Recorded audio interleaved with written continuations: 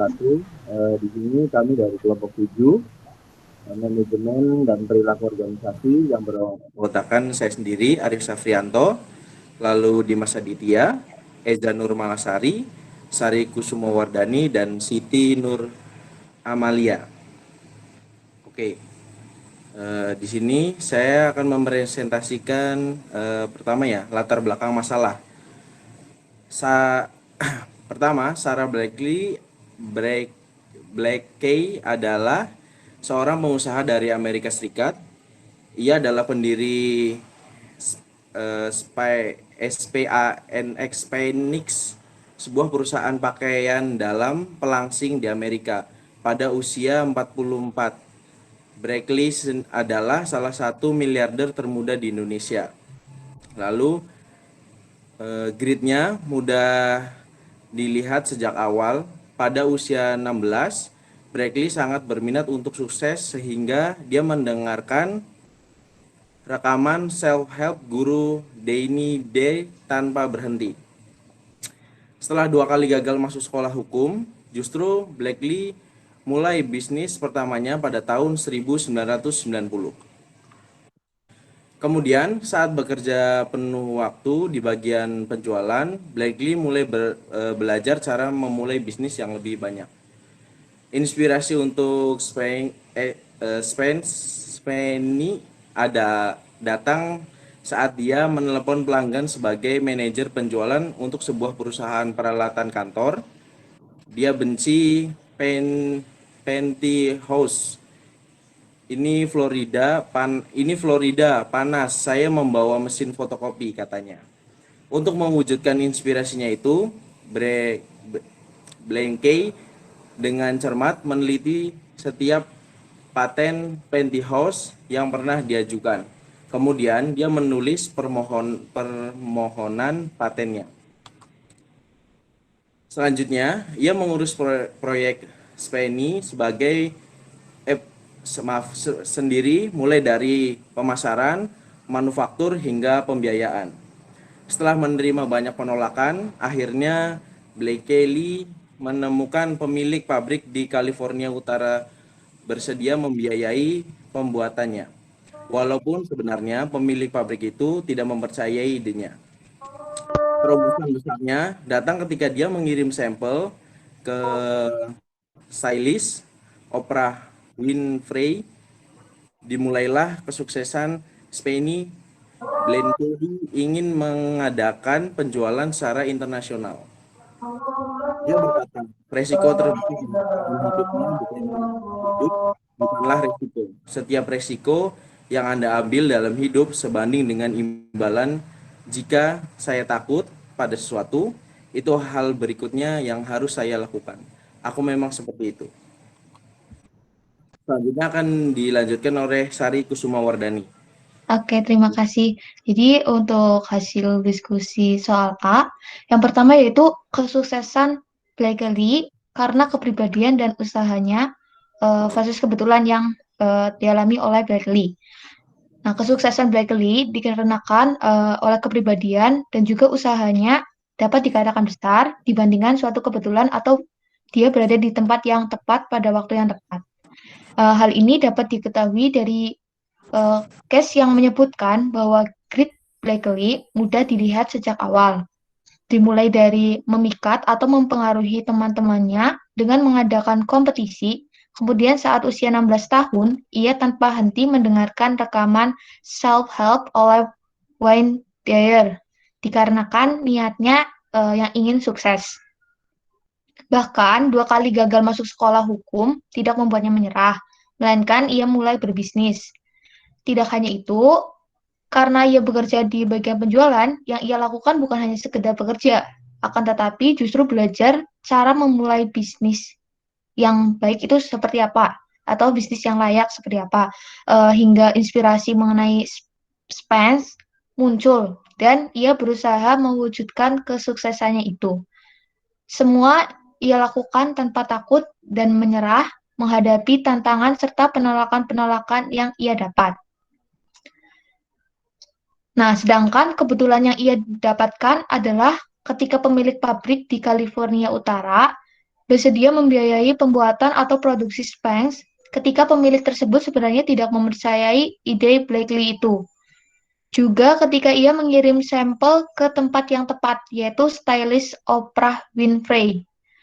Namun tentu saja usaha Blakely tetap lebih besar karena ia memantau dan juga memastikan sendiri kualitas produk yang dibuat. Seandainya kualitas Spanx tidak diperhatikan dengan baik oleh Blakely, bisa saja kebetulan berada di tempat yang tepat, pada waktu yang tepat itu akan berlalu begitu saja, tanpa ada hasil yang menakjubkan. Lalu, teori atribusi dalam menjawab permasalahan di atas itu seperti apa? Ya, sangat membantu karena dengan teori atribusi ini kita dapat membuat penilaian terhadap orang lain dengan cara membandingkan tingkat kekhasan, konsensus, atau konsistensi seseorang. Dalam kasus ini, dapat terlihat konsistensi Blakely dalam berusaha dan berupaya mewujudkan kesuksesan yang ia impikan lebih besar dibandingkan kebetulan yang ia terima. Selanjutnya akan disampaikan oleh Dimas Aditya. Silakan. Ya, terima kasih. Selanjutnya saya akan menjelaskan hasil diskusi soal B. Bukti Blakely tidak menghindari resiko. Sarah Blakely meneliti dengan cermat setiap paten pantyhose yang pernah diajukan.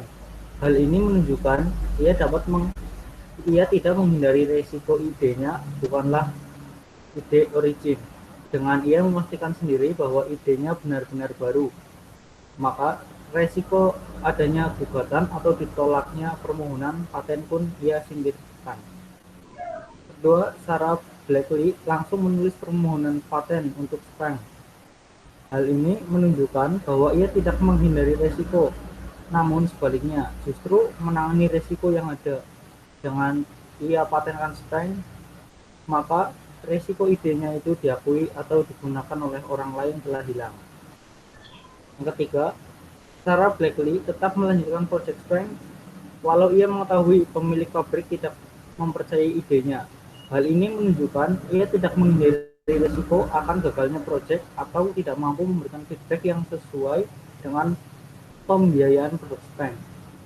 Dengan ia melanjutkan proyek Spanx ini artinya ia benar-benar telah siap untuk membuktikan keunggulan.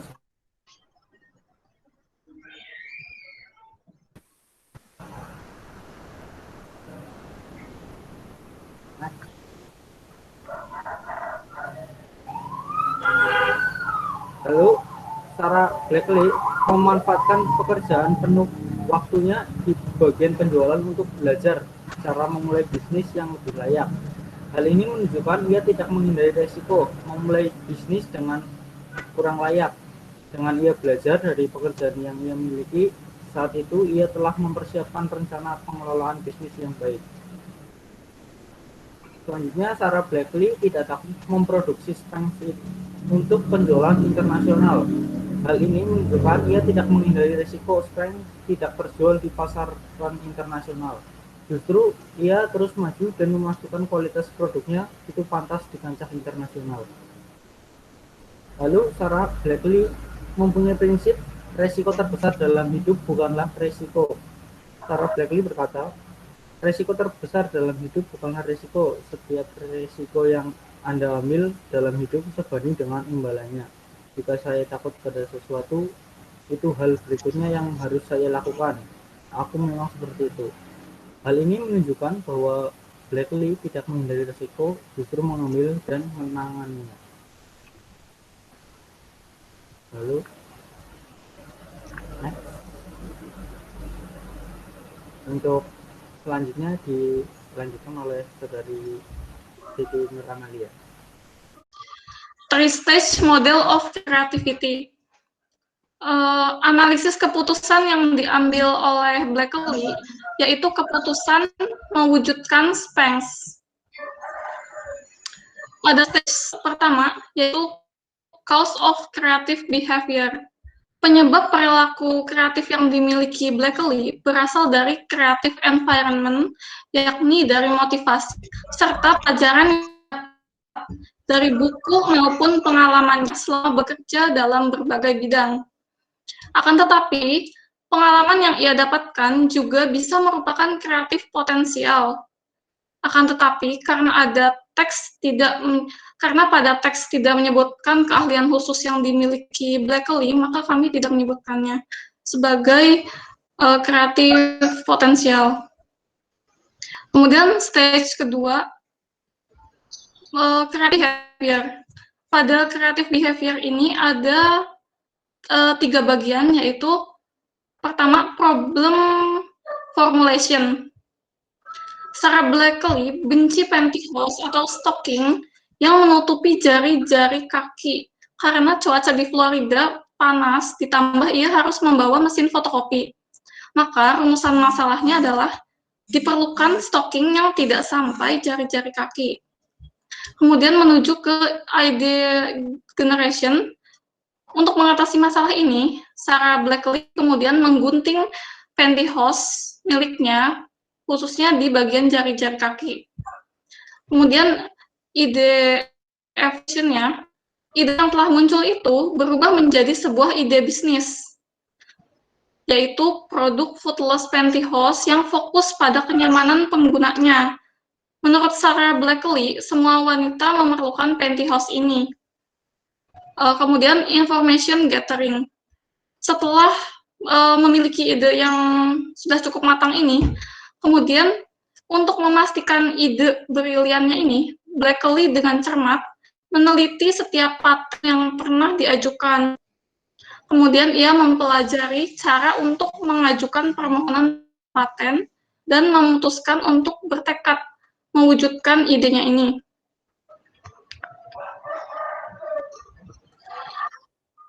Kemudian stage yang ketiga yaitu creative outcomes. Nah, ini outcome-nya dari three stage model of creativity ini. Dengan ide Blackley yang brilian dan kreatif itu, lahirlah suatu keterbaruan atau inovasi berupa footless pantyhose yang nyaman dengan mesh. Inovasi ini tidak hanya membuat perbaruan, akan tetapi juga sangat bermanfaat bagi para wanita.